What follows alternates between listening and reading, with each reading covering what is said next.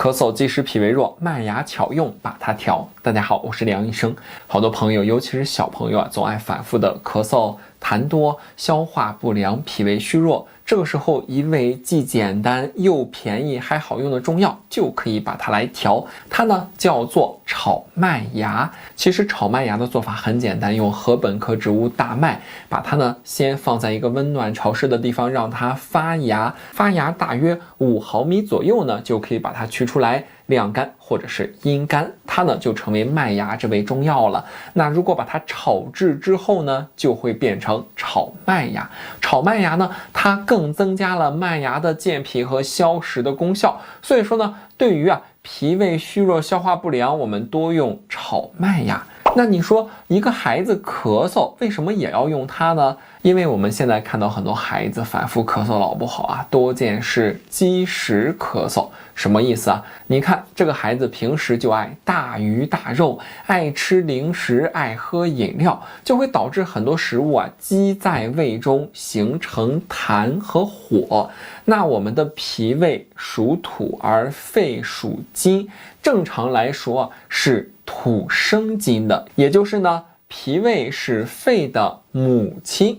那如果说呢，你吃了太多的这种不好消化的食物孩子本身脾胃功能就差，形成了积食痰火，那这一些坏的东西首先会先跑到哪儿去呢？跑到脾胃的孩子肺经上去。所以说在中医有句话叫做脾为生痰之源，而肺为储痰之器。所以说呢，如果一个孩子总爱咳嗽，痰还特别多，并且呢伴有肚子胀满、大便秘结、一伸舌头，舌苔又厚又腻，甚至你拿个筷子往下一刮，还能刮下舌苔来。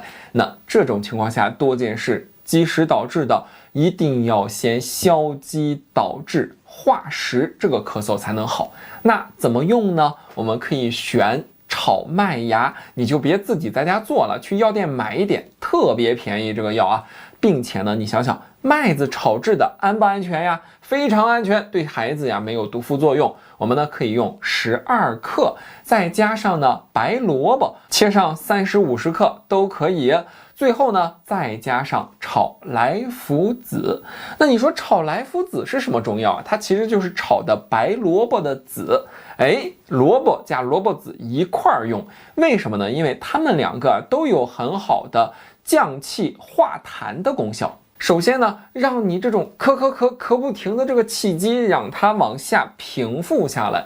第二个呢，把痰给化掉。而炒莱菔子又有很好的消食除胀的功效，并且呢，这个下气不光可以下肺气，还可以下胃气，让胃肠中的这些积滞向下排出。所以说呢，就是这简单3个小食材就能起到很好的效果。那炒莱菔子我们用9克也就可以了，放在一块煮水喝。那白萝卜的话呢，尤其是水分含量足可以稍微多放一点，没问题。那煮完了之后呢，让孩子或者是你自己把这个水给喝掉，那就能起到很好的消食止咳化痰的功效了。那第2个搭配呢，是针对于脾胃虚弱的。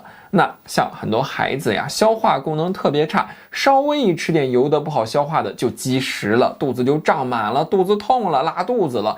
那你得增强脾胃的运化功能那我们可以选择炒麦芽，因为呢炒麦芽可以行气消食、健脾开胃，它本身呢就有很好的健脾的功效。我们可以选择12克，再加上太子参用6克，你要增强脾气。而很多孩子你直接给他用人参它的补气效果太强了，我们用太子参补气温和，增强脾胃的运化功能，非常的合适。再加上茯苓，我们可以用9克，它呢健脾利湿的作用还是非常好的。最后呢再加上山药。山药的话，如果用鲜山药可以用到50克1两左右，如果用干山药的话可以用到20克左右，它的健脾的功效也非常的不错。放到一块炖完了之后呢，喝汤就可以了。这是一个